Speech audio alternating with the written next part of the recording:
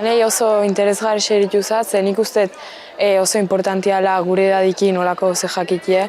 Azkenin egunerokotasun baten gertateko gauze dilako, eta nik ustet guk jakin beharreko gauze batzu dila, gure zarrotzen gehanin ikusteko ze pasatzeien, da kontu handiz ibiltzeko gauze hori pasatzeiela.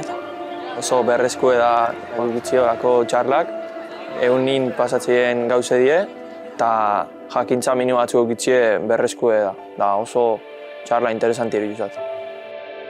Oin gure normalin juergan da olaztea eta olako gauzek jakitie oso baliagarri seriutzezat.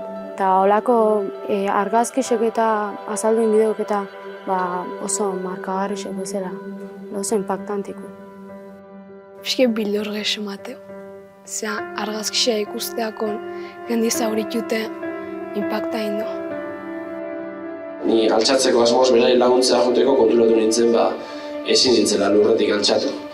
Eta, ostras, ze gertatzen da, hankari kolpen nionean, konturatu nintzen, hemendik bera ez egoela hankarik ez.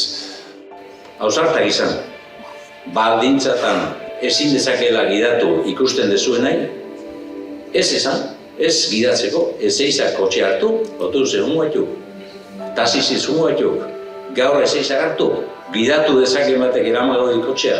Alternatiba pila bat dituzue, baina momentu hortan, ausartak izan. Inoiz, igo altzara auto bateara jakinda gidaria edalta edo drogatuta ez zegoela? Nik uste da mi pertsonaji ondo daola, ekitaldixe izan ematexo, pixket hobeto pasatzeko, eta gauzek ondo ulertzeie, eta interesgarrixe hola zaitie, pertsonatek esplikatzie, eta entretenigarrixe erituzat. Ikeiun galdera da jendi barrun sartzeu, da ondo.